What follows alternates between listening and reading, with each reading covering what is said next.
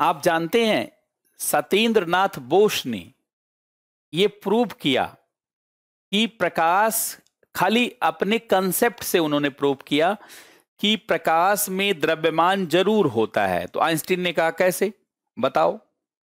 उन्होंने कहा कि अगर द्रव्यमान 0 होगा तो समय भी शून्य होगा।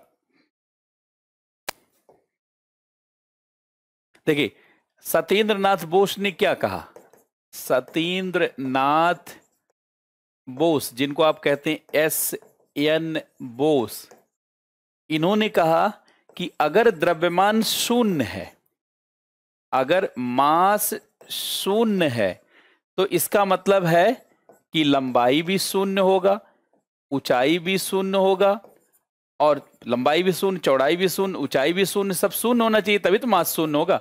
लंबाई, चौड़ाई, ऊंचाई, ये तीनों शून्य होगा तभी मास शून्य होगा। मास शून्य तब होता है, मास तो तीनों चीजों से मिलकर बना है, लंबाई से, चौड़ाई से, ऊंचाई से।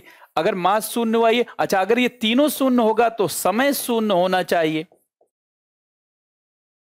अगर ये शून्य है तो समय को शून्य होना चाहिए। इन्होंने आइंस्टीन से कहा कि सर अगर मास शून्य है, अगर प्रकाश ऊर्जा है, तो मास शून्य होना चाहिए, और मास शून्य होने का मतलब लंबाई शून्य, चौड़ाई शून्य, ऊंचाई, इसका मतलब समय शून्य होना चाहिए। जबकि ऐसा है नहीं, सूर्य से पृथ्वी तक प्रकाश को आने में समय लगता है। तो अगर समय लग रहा है इसका मतलब द्रव्यमान जरूर है।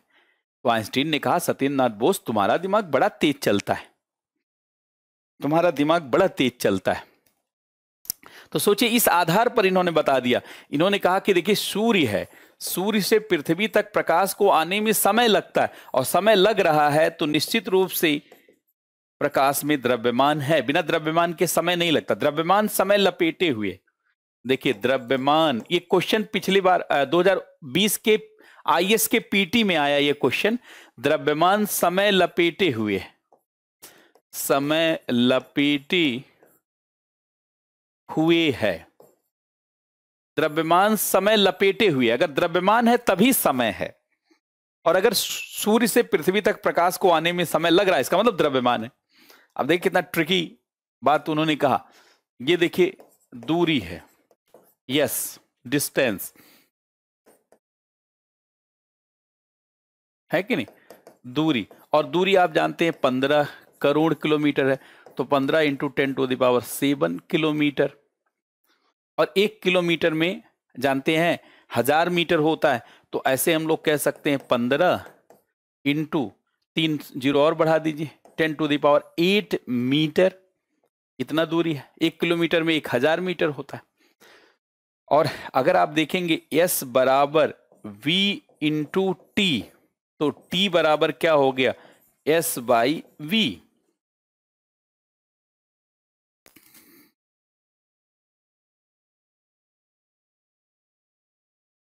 तो देखिए ये अब T बराबर क्या हो गया, दूरी कितनी है, 15 × 10⁻10 मीटर, और प्रकाश की चाल तो सबको पता है 3 × 10⁸ मीटर, ये तो आइंस्टीन ने ही निकाला था। अब देखिए यहां पर 3 × 5 = 15, और 8 कट गया तो खाली 2 जीरो बचा, मतलब ये 100 बचा। इसका मतलब 500 सेकेंड, सूर्य से पृथ्वी तक प्रकाश को आने में कितना समय लगता है, 500 सेकेंड। और 500 सेकेंड को अगर आपने भाग दे दिया मिनट में बदलने के लिए, तो 60 से भाग दे दीजिए, है कि नहीं। तो ये 6 × 8 = 48, मतलब 8 मिनट और 20 सेकेंड आ रहा है, 8 मिनट 20 सेकेंड, इतना समय लग रहा है। नासा वालों ने निकाला है कि 8 मिनट 19 सेकेंड। तो नासा की ही बात माने तो 8 मिनट 19 सेकेंड, क्योंकि दूरी हमने एग्जैक्ट लिख दिया है ना इतना, तो नासा ने एग्जैक्ट निकाला है 8 मिनट 19 सेकेंड। तो इतना समय लग रहा है। इसका मतलब समय लगने का मतलब ही है कि प्रकाश में मास है, इट मींस लाइट है, पार्टिकल नेचर। नोट कर लें।